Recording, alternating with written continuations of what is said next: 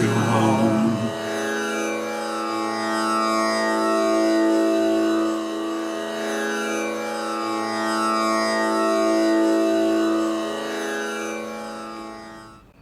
Namaste.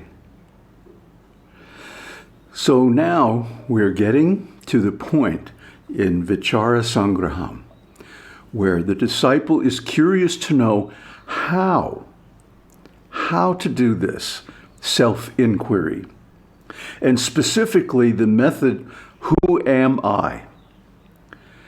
Now, most people will think, oh, this is just simple, it's easy. No problem. Well, then why do so many people get it wrong? I know of people who were using who am I as a mantra. Who am I? Who am I? Who am I? That's not it at all. So as it turns out, who am I is a 3-step process. And I don't know where this has been covered, if anywhere, outside of this Vichāra-Saṅgraham. Most people think it's just a 1-step process, but no, there's more to it than that. So let's take a detailed look into how to inquire, who am I? Disciple, how is one to inquire, who am I? Master, actions such as going and coming belong only to the body.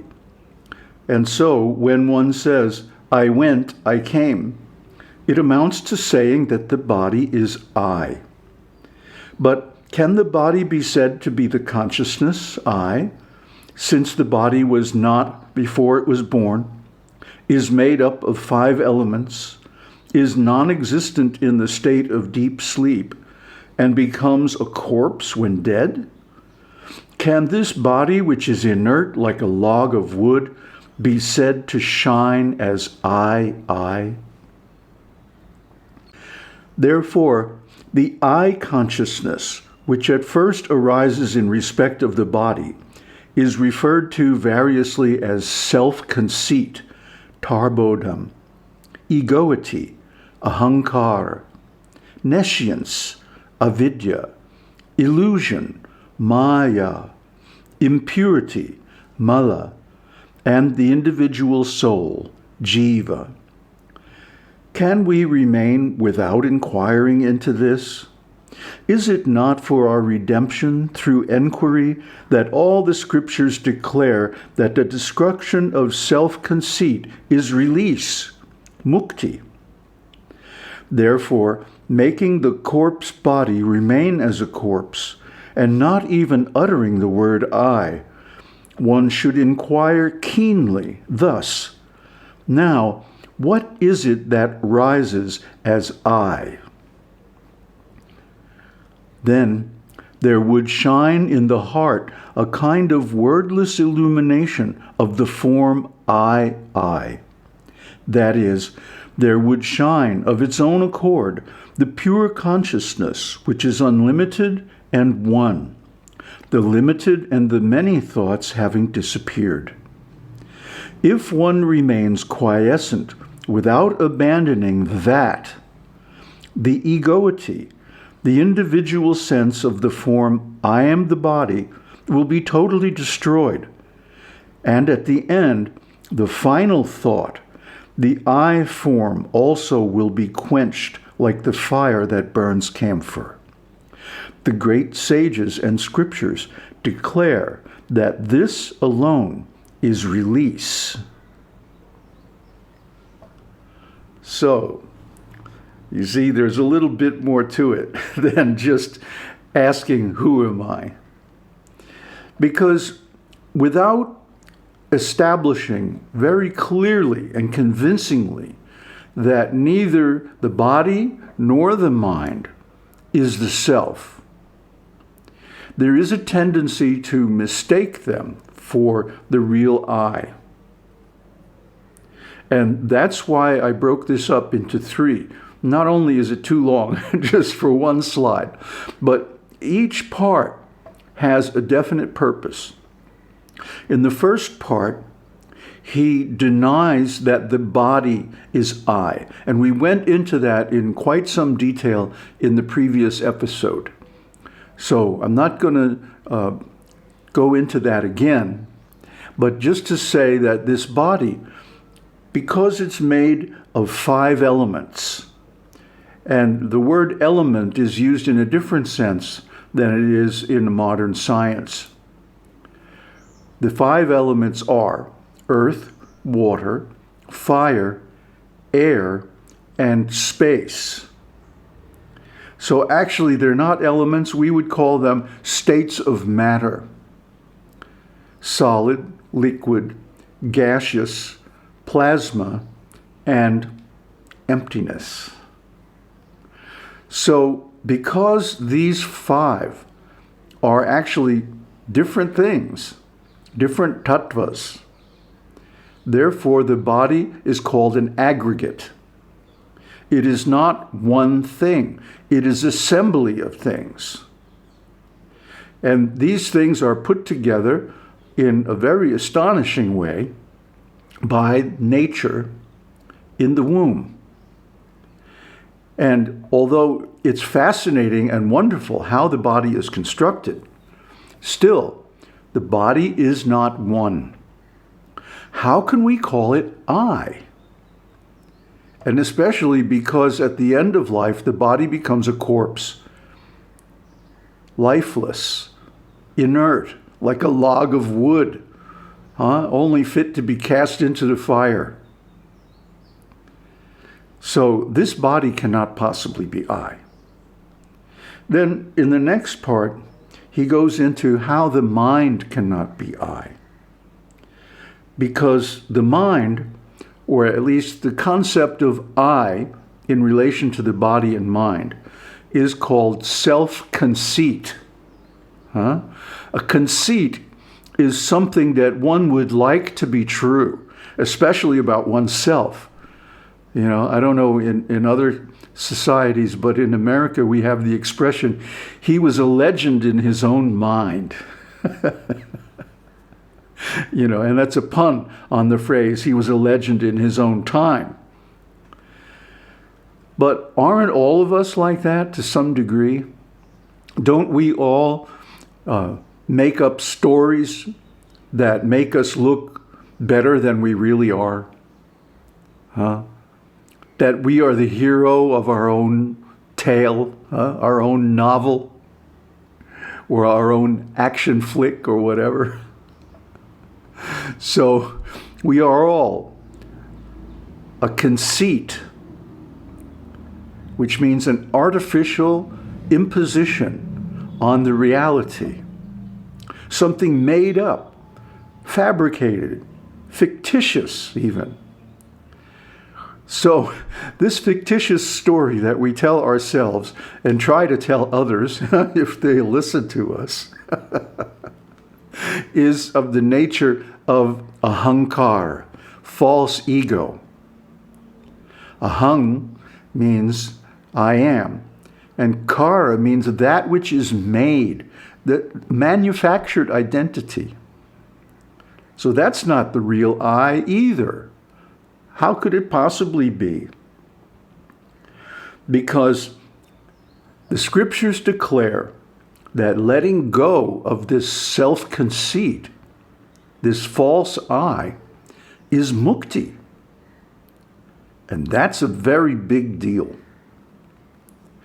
So one should be convinced, completely certain, that not only the body is not I, also the mind, and especially the self-concept, the self-conceit, is not I.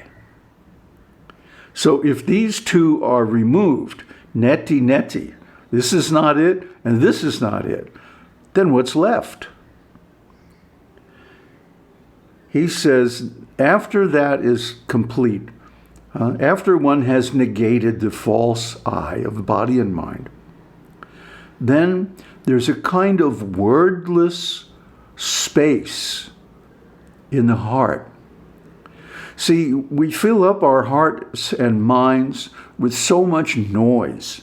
I'm this, I'm that, I'm going here, I'm doing this, I am the so-and-so, I am this and that. Huh? It's all bogus.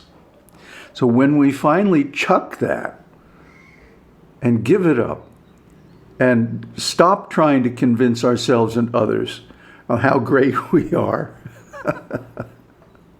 and accept the fact that we are just insignificant, really, nothing to write home about,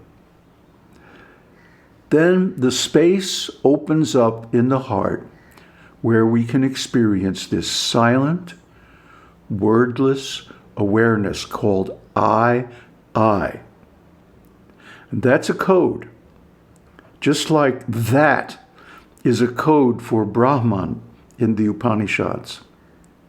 I is a code made up by Ramana to express this awareness of self as pure consciousness. In fact, consciousness is really the wrong word, and I think this has been systematically mistranslated because consciousness is part of duality. Consciousness requires an object that divides the experience of being conscious into the seer and the seen and the experience of seeing. And we've discussed this in great detail in our series, Drik Drishya Vivekaha. So I'm not going to go into it too deeply, except just to note that consciousness is the wrong word. It's unconditioned, non-dual awareness. Awareness of awareness. So when one is aware that one is aware, without using any words for it, and actually, we are aware that we're aware all the time. At every moment, even during deep sleep, we're aware that we're aware. Last night, I was doing a process where I went into meditation and I allowed myself to drift off to sleep. And watching dreams arise, it was very interesting, to remain conscious during sleep. It's called lucid dreaming. And one can remain conscious even during deep sleep when there are no dreams, when there is no mind, where there is no ego, no body, no world, no senses, no time, no space. Only self, with a capital S. The self is who we are. This is the answer to the question, who am I? I am the self. But the self has no decorations of false ego or fallible bodies.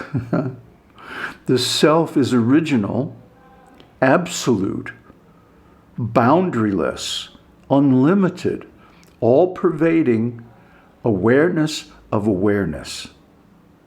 The non-dual self is actually Brahman.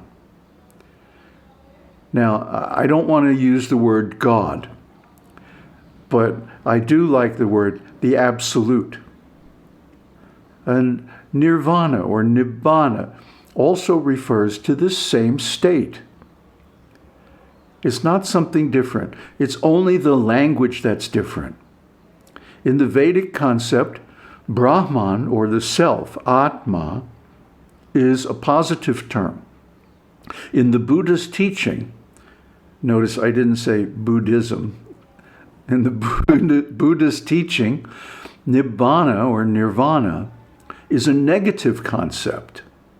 It is what remains after the individual self is extinguished, like a fire that goes out when it runs out of fuel or oxygen, or when it gets blown out by a breeze.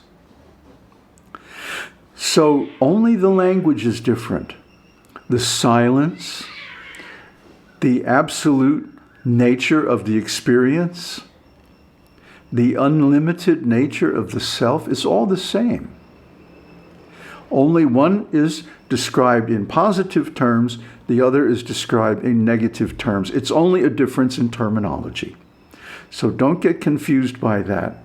The Buddha and the Vedas are talking about the same thing.